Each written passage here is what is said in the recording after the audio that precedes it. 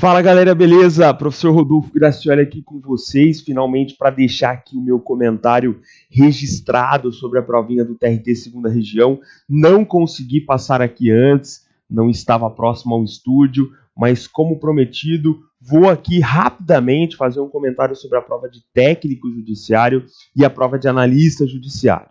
De imediato, eu já agradeço as inúmeras mensagens, é sempre muito importante esse feedback sobre esse nosso trabalho com temas de redação, de que modo ele acabou auxiliando a sua argumentação, a sua fundamentação, seja por meio do livro da editora Juspodium, seja aí por alguns dos projetos que a gente trabalha. Tudo bem? Então agradeço imensamente. Também estou aqui para acalentar os corações mais desesperados daqueles alunos que logo no pós-prova saem ali ansiosos, né, acreditando que não conseguiram fundamentar, que a prova foi uma prova capciosa, que a banca usou um tema que foi uma viagem absoluta. Enfim, eu vou usar aqui a minha fala das próprias aulas dos projetos para que você consiga entender como esse é o perfil da FCC. Quem estuda temas de redação dentro dessa dimensão não foi surpreendido, sabia que a banca cobraria algo mais ou menos dentro dessa linha. Tudo bem, gente? Então agora é o momento de você olhar para a prova de redação e pensar como alguém que vai enfrentar uma banca que tem no seu DNA, na sua matriz identitária, na sua identidade maior, essa perspectiva de cobrança de temas abstratos, subjetivos e filosóficos. Então vamos lá, já destaco também, isso é sempre muito importante, que aqui eu vou pontuar algumas análises, possibilidades crítico-reflexivas que eu, Rodolfo, considero relevante. Mas para uma prova de redação não existe um gabarito. A gente está falando de uma banca que apresenta temáticas de ordem subjetiva, abstrata e filosófica, e essas temáticas elas são extremamente amplas, elas são expansivas, elas são permissivas em vários aspectos. O que eu faço aqui é usar o que a gente tratou em aula, o repertório que eu possibilitei para o meu aluno, seja por meio do livro ou por alguns dos projetos em videoaulas, para que ele compreenda de que forma ele poderia ter feito aí esse encadeamento das ideias, essa amarração. Tudo bem? Então vamos lá comigo, comentários da prova TRT Segunda Região. Começa aqui pela prova de técnico judiciário. Esse primeiro tema aqui é técnico, tá? Então dois textinhos mais direto ao ponto. Muitos alunos gostaram desse tema de redação, né? Um tema onde foi possível usar até aquela nossa abordagem de conceitos. A banca trouxe o comando nessa prova, falando de privacidade como mercadoria, e de imediato, isso foi muito legal, meu aluno usando ali a mercadoria como um processo de mercantilização, e já construindo um parágrafo de argumento a partir dessa lógica da mercantilização, no caso da privacidade. Vamos fazer a leitura rápida aqui do texto, tá lá. Grandes empresas da internet vivem de pegar informações que a gente dá. Aqui, gente, eu já tenho algo sintomático para entender essa dimensão do tema. Eu estou falando de empresas que vivem de pegar informações, então eu já posso colocar hoje essa constante vulnerabilidade dentro do ambiente virtual. Isso, lógico, estou falando do ambiente virtual. E por que isso é constante? Olha a crítica aqui, olha o seu parágrafo construído. Porque hoje há uma superexposição da privacidade. Aqui eu já tenho a possibilidade de fundamentar um parágrafo completo. Quantas vezes, inclusive nas nossas aulas dicas aqui do YouTube, quantas vezes eu usei essa expressão superexposição da privacidade, você deveria colocar aqui nesse tema. Por quê? Hoje, essa constante em expor a sua privacidade, o indivíduo se sente muitas vezes, inclusive, obrigado ao imperativo desse comportamento contemporâneo, né? A gente tem, muitas vezes, essa certa obrigação de compartilhar esses momentos. Essa superexposição, muitas vezes, ela deteriora a nossa condição no ambiente virtual, ao passo que nós nos tornamos completamente abertos a essa captação de dados. E a gente sabe hoje como os nossos dados e essa questão da privacidade, ela afeta desde o indivíduo na sua singularidade, alcançando uma discussão de debate por exemplo, com o Mark Zuckerberg, dono do Facebook, dono do Instagram, dono do WhatsApp, que teve que responder a questionamentos do Parlamento Europeu e da própria Câmara dos Estados Unidos sobre essa busca constante da ideia de privacidade no ambiente virtual. A gente sabe, você concretizaria aqui dados falando de algoritmos do Facebook, aquela ideia de que você faz uma pesquisa e de repente aqueles produtos passam a chegar por e-mail, a aparecer por meio de publicações sugeridas. Tudo isso vem por meio dessa constante superexposição da privacidade. Então, Rodolfo, os meus alunos trataram isso de um modo bem facilitado ao longo do texto, né? Eu colocaria essa possibilidade crítica como sendo talvez a mais impactante. E falaria, como eu citei aqui anteriormente, que essa vulnerabilidade vem então por conta da superexposição, mas que aqui a gente tem, esse é um comportamento recente, deixa eu achar minha caneta aqui, a gente tem hoje quase que um imperativo, né? Então há uma imposição de você compartilhar todos os instantes da sua vida. Compartilhamento. Certo? E, inclusive, expor a privacidade hoje é mais relevante do que viver um instante, né, no mundo real. Né? Então, essa dualidade real-virtual, ela cai aqui muito bem. E por que a nossa privacidade, olha o meu aluno usando as expressões da aula, por que hoje a gente vive ainda esse instante? Porque a nossa vida, ela é majoritariamente online. E aí você poderia falar dos efeitos sintomáticos do hibridismo. Falei aqui nas nossas aulas, falei nas nossas revisões. Então você poderia colocar aqui que hoje a gente tem uma vida pautada na dimensão do online, o hibridismo. Nós estamos online, a vida on, constantemente. E obviamente que isso promove muitas vezes um compartilhamento constante dos instantes da vida. Um compartilhamento constante. E isso muitas vezes gera aí essa possibilidade de você se tornar, né, uma vítima dessa grande rede que compartilha os dados a todo o instante. Tudo bem, gente? Então, aqui, de um modo bem simples, eu estou pontuando uma dimensão argumentativa que teria impacto. Professor, poderia tratar aqui de crimes virtuais? Eu acho que a questão dos crimes, você adentrar ao campo dos crimes, seria muito pesado para o tema que vem falar da captação de dados, né, e de empresas que se favorecem com essa superexposição. Acho até um argumento legal, mas eu acredito que nesse instante você poderia tratar de um modo mais genérico e não adentrar a um campo muito específico dos crimes virtuais.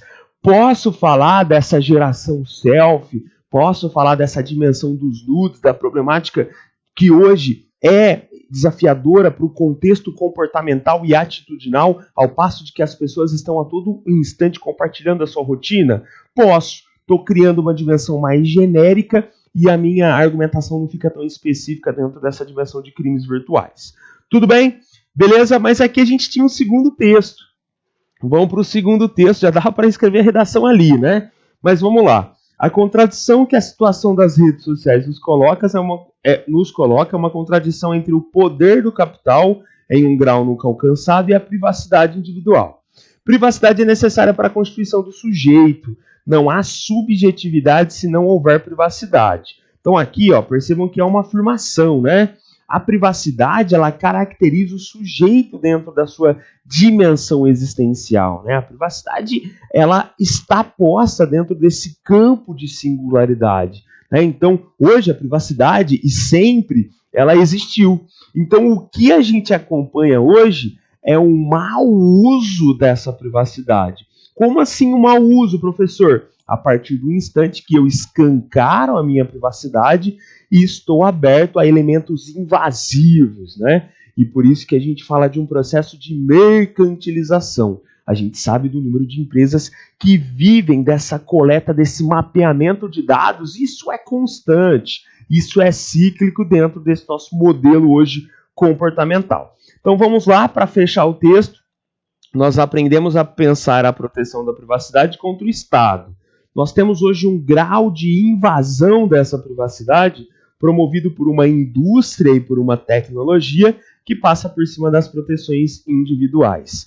Eu recebi muitas análises de alunos falando que trataram da questão paradoxal, né? Porque a tecnologia, em tese, ela deveria estabelecer elementos positivos para a vida do indivíduo.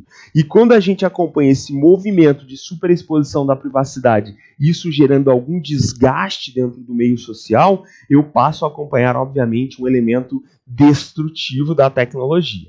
Então, o que o texto encerra, que é essa análise final, é exatamente tratar esse processo de mercantilização, quando ele fala de indústria, e como isso transcende a proteção individual, como a gente perde muitas vezes esse nosso escopo protetivo, justamente porque o nosso comportamento é um comportamento que não está integrado a essa proteção.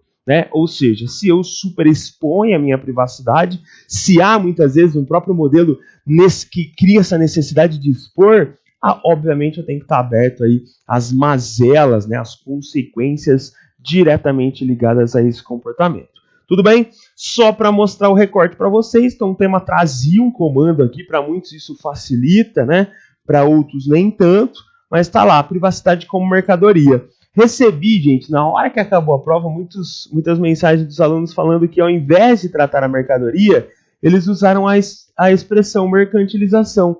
Perfeito! E aqui você já poderia tratar desse processo de mercantilização citando esse como sendo um elemento, uma ação, um comportamento do nosso sistema. Hoje a gente tem uma constante mercantilização das emoções, mercantilização da felicidade, mercantilização da vida, e automaticamente a privacidade adentra esse campo de ter um valor. Quando eu falo de mercadoria, eu falo de algo que passa a ser observado a partir da ótica material e material voltado para uma dimensão econômica. Então, assim, gente, um tema muito permissivo, um tema muito da nossa realidade, um tema que permitia que você citasse um exemplo, como eu disse aqui, do Facebook, do vazamento de dados, da influência disso dentro de uma corrida eleitoral dos Estados Unidos, por exemplo, mas que também trazia a possibilidade de você tratar esse que é um comportamento dessa era do hibridismo, onde nós estamos online a todo instante, dessa condição necessária de expor a sua privacidade e das imposições criadas cotidianamente. Professor, usei ao longo da minha análise a própria ideia de que as pessoas muitas vezes elas compartilham os momentos de privacidade e perdem a privacidade, isso que é paradoxal, porque elas querem um status, elas buscam uma visibilidade, elas querem uma ascensão, um reconhecimento, é a geração selfie que busca os likes a todo instante. Perfeito, gente, ótima linha de raciocínio. Então, só para que vocês entendam, os caminhos eram múltiplos, mas você não poderia fugir muito dessa relação, a privacidade e esse processo de mercantilização. Se eu só falo de privacidade, eu estou perdendo ali, obviamente, a minha linha de fundamentação. Se eu só falo de mercantilização de mercadoria, eu também tenho, obviamente, um decréscimo de nota. E isso a gente treina nos cursos, esse pensar complexo aí dentro de uma produção de texto, principalmente quando a gente fala de uma banca como a FCC. Fechou? Já me coloco à disposição, professor, eu escrevi isso, o que você acha? Como que a banca vai avaliar? Estou aqui à disposição para a gente dialogar um pouquinho mais sobre, mas vamos rapidamente para o tema de analista. A gente tinha também 2 recortes. O primeiro está lá. Em sua Genealogia da Moral, Nietzsche lança a pergunta sobre a origem do bem e do mal, ou melhor, das noções de bem e mal, de certo e errado, e de sua aplicabilidade universal, pondo em causa, assim, uma ligação que para ele existia entre a filosofia e as religiões e que se estendia mesmo para a organização dos estados e dos sistemas econômicos, a crença em um bem absoluto. Galera, aqui eu tenho uma dosagem filosófica extremamente complexa. Primeiro porque eu estou falando de Nietzsche, que por natureza, isoladamente, já é um dos teóricos de maior dificuldade de interpretação, de análise, de compreensão, mas aqui, quem conhece a FCC, quem assistiu às nossas aulas, quem leu o nosso livrinho de temas de redação, já entende o que a banca quer dizer. E você não precisa conhecer a teoria do Nietzsche de modo aprofundado. Por quê? Porque o Nietzsche vai tratar dessa visão maniqueísta de bem e mal, que foi muitas vezes uma grande etiqueta rotulada ao longo da história da humanidade, dentro de um modelo maniqueísta, está no nosso livro, está nos nossos cursos, então essa palavrinha cairia muito bem aqui, e ele vai tratar essa construção como sendo pertencente a um contexto, alocado historicamente, indo contra aquela visão de que há um consenso ou uma construção que seja absoluta, né? Então o bem e o mal, essa condição de certo e errado, essas visões construídas, elas não podem ser atribuídas de um modo absoluto. A partir do instante que aquilo se torna uma verdade absoluta, ou seja, olha o nosso glossário, né, lá do livrinho de temas de redação, a partir do instante que a gente vive essa questão axiomática, né, um axioma, aí eu vou ter algum problema de interação entre os indivíduos que vão estabelecer compreensões diferentes do que seja bem, do que seja mal, do que é o certo, do que é o errado. E qual que é o gancho que eu posso trazer aqui? Se eu tenho essa visão maior, né, essa visão absoluta aqui proposta pelo texto, pelo próprio Nietzsche, eu posso estabelecer ali um cenário de violência, de ódio, de perseguição. Né? Eu posso tratar aí da própria dimensão da intolerância nos mais variados aspectos. Aqui, dentro da leitura do Nietzsche, a possibilidade de estabelecer um gancho com a religião, né? Uma intolerância religiosa. Por quê? Porque hoje as religiões elas compreendem determinadas ações como certo ou erradas, como boas ou ruins, a partir da sua ótica, né? E nem sempre essas diferentes religiões dialogam dentro de uma perspectiva maior. Então aqui eu tenho que pensar no indivíduo singular e no complexo social, no todo, né? Nessas relações estabelecidas. Olha o que eu, Rodolfo, colocaria na minha redação de olho fechado, porque eu sei que é FCC. Vivendo em um espaço de diversidade, estabelecer um entendimento da moral, desse conjunto de ações, dentro de propostas extremamente dicotômicas, polarizadas, binárias, maniqueístas, é extremamente trabalhoso. Você muitas vezes assume uma visão etnocêntrica e não é capaz de compreender aquela outra visão de mundo, aquela outra maneira de entendimento de um mesmo tema. Então isso vem para desgastar o contexto de relacionamento social. Então aqui eu estou falando que eu sempre repito, isso já tem criado até uma exaustidão dentro das aulas, porque é isso que a FCC gosta de tratar. Ela gosta de falar aí de alteridade, de empatia. Se eu não estabeleço esse mecanismo, qual o efeito disso? Qual a consequência disso? Eu não consigo lidar com esse diferente campo de ideias. Tudo bem? Então, ainda que pareça um tema extremamente complexo, porque começa falando de um estudo específico do Nietzsche, gente. Isso para você compreender, você deveria adentrar de modo aprofundado a genealogia da moral para realmente esmiuçar aí o que o Nietzsche propôs. Mas aqui você tem que usar dentro de uma interpretação para escrever um texto. Então você não tem que ser especialista em filosofia. Vamos para o segundo texto, só para a gente fechar aqui. Tá lá. A autonomia do sujeito tem relação estreita com o conhecimento de sua própria natureza e de suas necessidades. Em um movimento que tanto mais se opõe à lógica da generalização, quanto mais singulares nos percebemos. Mais uma vez, o que a banca fez aqui? A gente tem a nossa singularidade. Há um processo de generalização. Isso está dentro de uma teia social, de uma forma de relacionamento, que é hoje natural. Esses comportamentos que são massificados, isso é natural. Mas dentro do instante da ação, o indivíduo é singular. E a partir do momento que ele vive dentro dessas condições absolutas, se eu não consigo me entender na situação do outro, se eu não pratico o relativismo cultural, se eu não tenho a possibilidade de promover esse estranhamento cultural dentro de uma visão positiva, o modelo de comportamento vai se tornando taxativo, vai se tornando reducionista. Eu passo a interagir com as outras linhas de raciocínio, de pensamento, as outras formas de cultura dentro desse modelo de desgaste, né? Então é tudo que a gente falou de diversidade, só que aqui dentro de textos mais capciosos, textos mais complexos. Se você pegar o início desse texto aqui, ó, quando a banca coloca a autonomia do sujeito, tem relação estreita com o conhecimento de sua própria natureza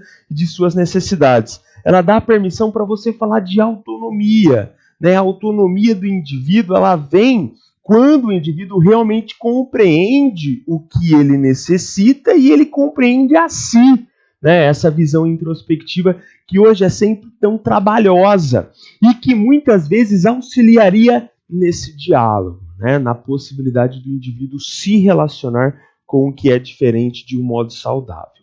Então eu, Rodolfo, não estou falando que esse é o gabarito, não estou falando que foi fácil, tá? Pelo contrário, de imediato, vou ser bem sincero, trabalhando com temas de redação, eu sempre espero muito da FCC, né, e como professor de filosofia e de sociologia, eu gosto muito dos temas. Confesso que nessa ela surpreendeu pela dimensão mais difícil de inferência por parte do candidato.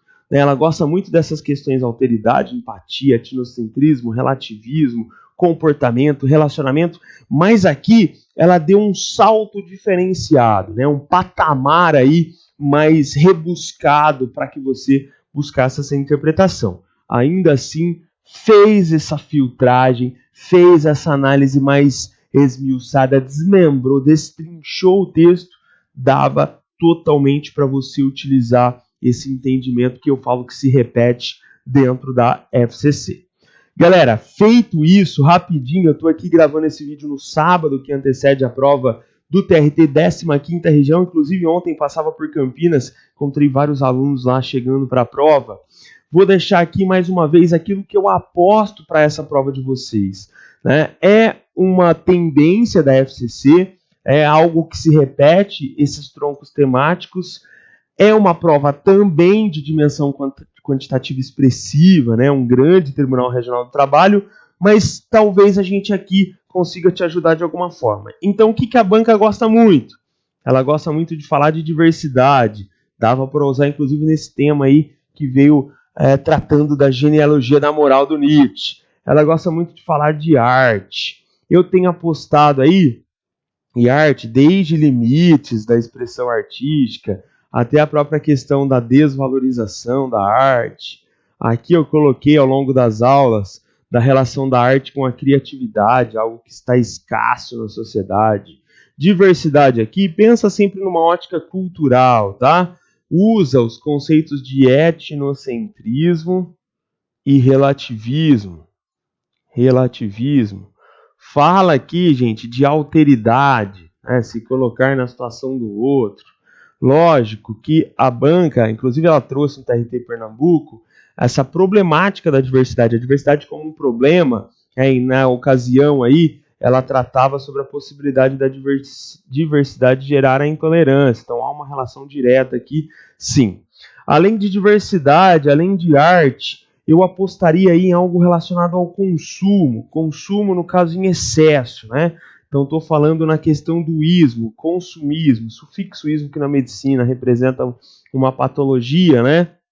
Mas que aqui teria uma ideia de materialização da felicidade.